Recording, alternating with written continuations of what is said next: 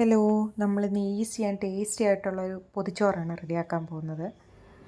അതിന് അവിയലിന് വേണ്ടുന്ന വെജിറ്റബിൾസ് എല്ലാം ഞാൻ ഇവിടെ കട്ട് ചെയ്തെടുത്തിട്ടുണ്ട്. അതെല്ലാം നമുക്ക് ഒരു കുക്കറിലേക്ക് ഇട്ട് കൊടുക്കാം. ആവശ്യത്തിനുള്ള വെള്ളം, ഒരുപാട് വേണ്ട, ആവശ്യത്തിനുള്ള. ഇവിടെ അവിയലൊക്കെ ഇച്ചിരി ഒന്ന് കുഴഞ്ഞിരിക്കണം.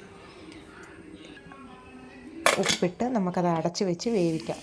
അതിനാവശ്യമായിട്ടുള്ള അരപ്പിന് തേങ്ങ, പച്ചമുളക്, വെളുത്തുള്ളി, ജീരകം, മഞ്ഞൾപ്പൊടി, കറിവേപ്പില ഇത്രയും കൂടിയിട്ട് നമുക്ക് അടിച്ച് വേവിച്ച് വെച്ച് കഷ്ണത്തിലേക്കിട്ട് ഇച്ചിരി വെളിച്ചെണ്ണയും കൂടി ഇട്ട് ഒഴിച്ച് മാറ്റി വയ്ക്കാം.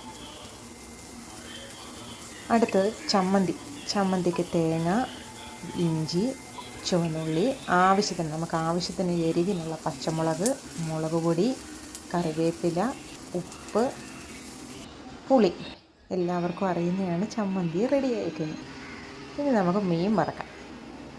ഏത് മീൻ നിങ്ങൾക്ക് എടുക്കാം കേട്ടോ. മീൻ മഞ്ഞൾപ്പൊടി, മുളക് പൊടി, ഉപ്പ്, കുരുമുളക് നന്നായിട്ട് തേച്ച് പിടിപ്പിച്ച് ഒരു 10 മിനിറ്റെങ്കിലും വെച്ചാൽ കൊള്ളാം.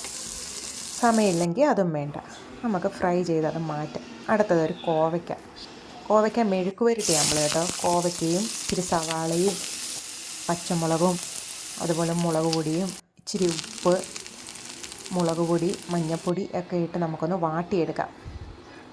ഇനി നമുക്ക് എടുക്കാം. എല്ലാം കൂടെ ഒരു വാട്ടിയ വാഴയിലയിലിട്ട് ചൂടോടെ ചോറും അവിയലും നമ്മുടെ മീൻ വറുത്തതും കോവയ്ക്ക മെഴുക്ക് പുരട്ടിയും നല്ല എരിവുള്ള ചമ്മന്തിയും.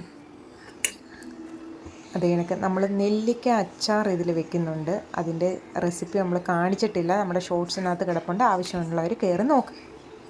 അതിൻ്റെ കൂടെ ഒരു മുളകും കൂടെ വെക്കുന്നുണ്ട്. ഇത്രയുമാണ് നമ്മുടെ പൊതിച്ചോറിൽ നമ്മളിന്ന് ഉൾപ്പെടുത്തുന്നത്.